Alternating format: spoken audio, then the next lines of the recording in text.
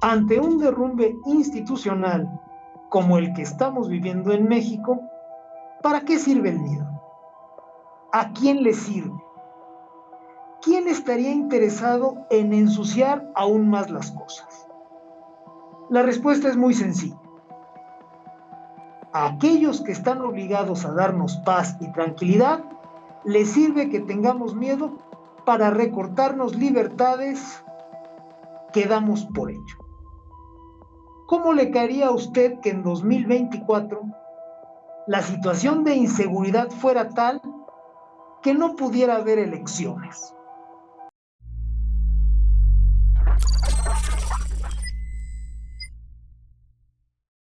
Hoy día, muchos ciudadanos creen que el gobierno que tenemos busca lo mismo que nosotros, los ciudadanos.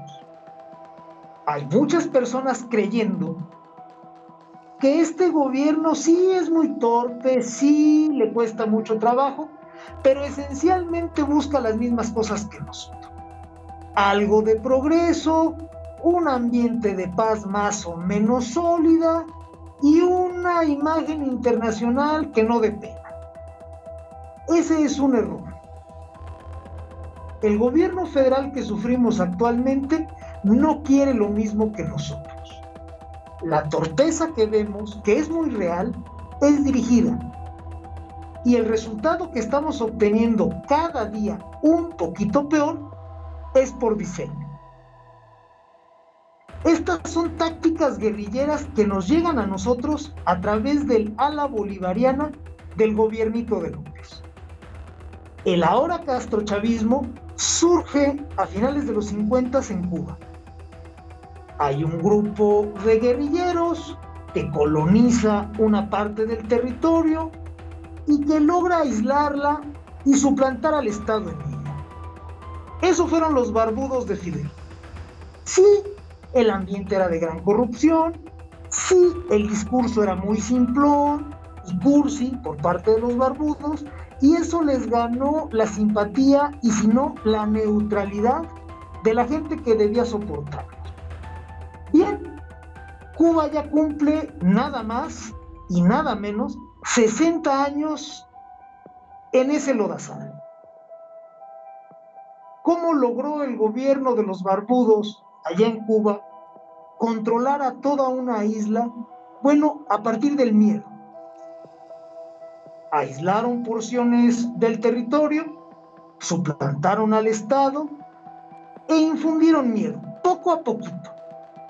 Primero llegaban y eran amigos de los habitantes de la zona que aislaban y después se iban convirtiendo en policías, en ejecutores, en jueces. Repitieron ese esquema por toda la isla y terminaron imponiendo un gobierno guerrillero. Y una vez como gobierno no cambiaron las cosas.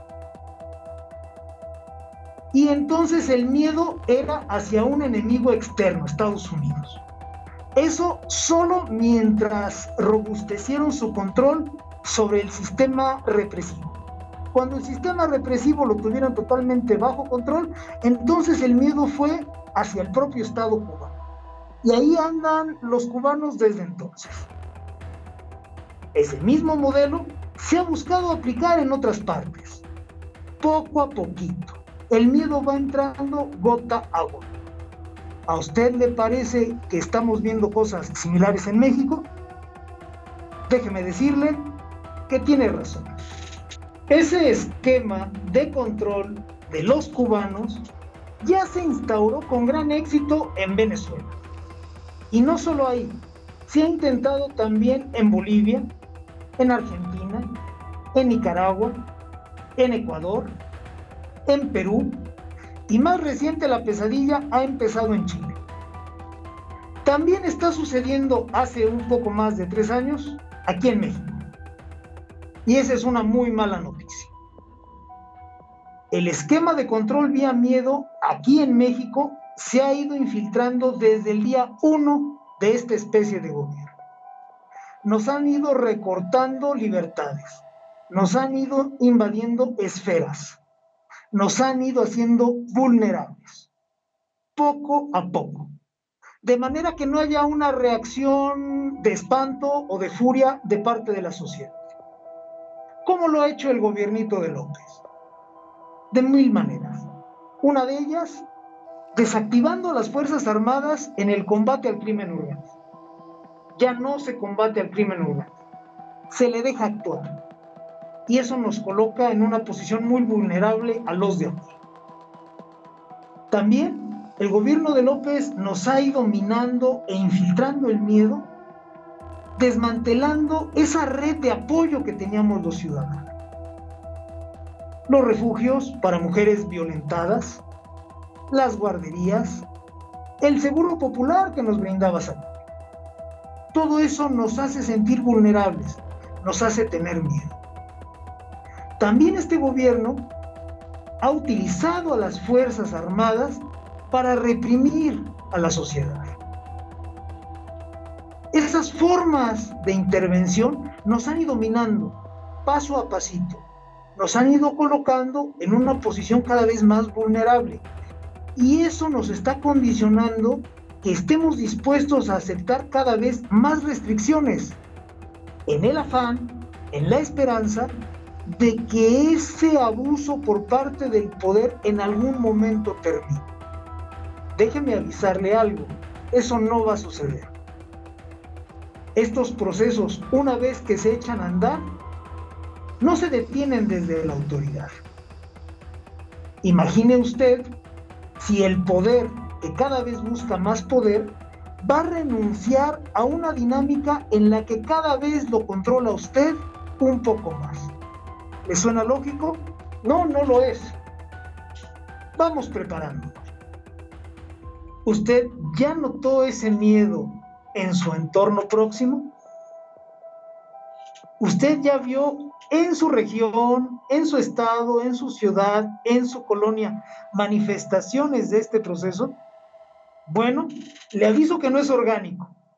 Le aviso que esto es por diseño y viene desde la propia autoridad que debería de velar por nuestra tranquilidad a nivel federal. Hay gente que me pregunta, oye, ¿y eso para qué le sirve al gobierno? La respuesta es tan sencilla que aterra. Infundir miedo en la sociedad sirve para controlarla, para someterla. Exactamente en ese proceso estamos. Si usted se ha dado cuenta, nos han ido restringiendo las libertades a partir de quitarnos opciones y de invadirnos esferas que en otros escenarios estarían vedadas para la autoridad. Hemos ido permitiendo cada vez más, por ejemplo, que nos impongan el uso de nuestros datos personales, sobre todo los biométricos, lo cual nos va dejando en una situación de vulnerabilidad si alguien hace mal uso de ellos.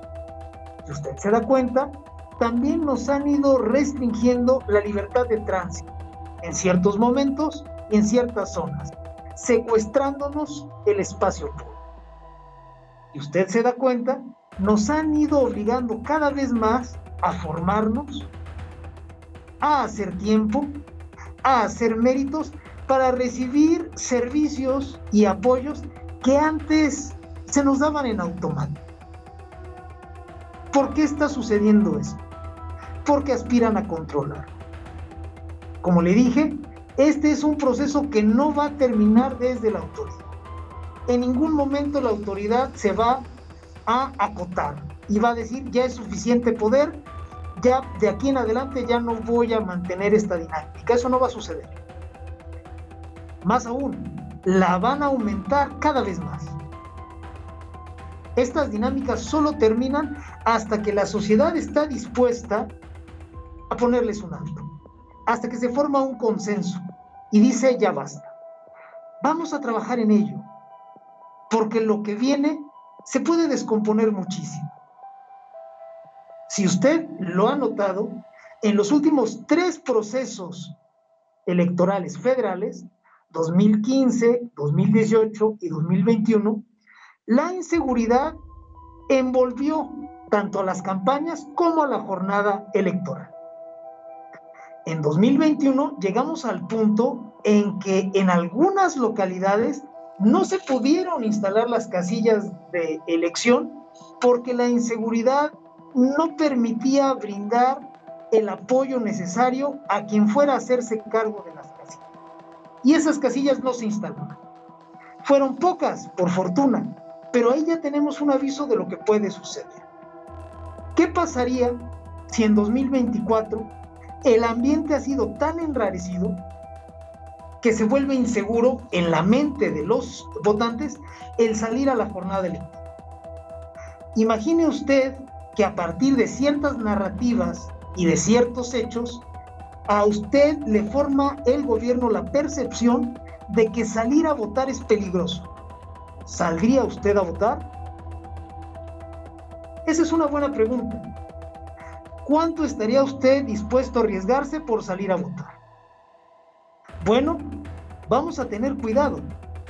Pudiera ser que este régimen, a todas luces criminal, ilegal, gandalla, pueda construirnos una narrativa de aquí al 24 donde la inseguridad explote, donde se utilicen ciertos hechos y ciertas narrativas para colocarnos en una percepción terrible. Imagine que nos logran llevar de la manita, como lo han hecho hasta ahora, poco a poquito, a sentir miedo de salir a votar. En ese momento perderemos la normalidad democrática. Y como lo hemos dicho aquí con anterioridad, si perdemos la normalidad democrática, perdemos todo. Vamos a tener cuidado entonces, mexicanos, con lo que aceptamos, con lo que difundimos, con la interpretación que le damos a ciertos hechos y, lo más importante, con lo que nos decimos unos a otros. Para mandar a este país al diablo vía el miedo, no necesitan incendiar al país realmente. Basta con que la mitad de los mexicanos sean tan torpes como para permitir que esa percepción sea construida. Y con eso va a bastar. Tengamos cuidado. La solución está en nosotros y esa es la buena noticia. Debemos de cuidar qué difundimos, qué creemos, qué nos decimos. Si somos capaces de hacerlo, estaremos bien. Gracias por escucharme. Nos vemos aquí en el campanazo la próxima semana y hasta entonces, cuídese lo que me gusta. Adiós.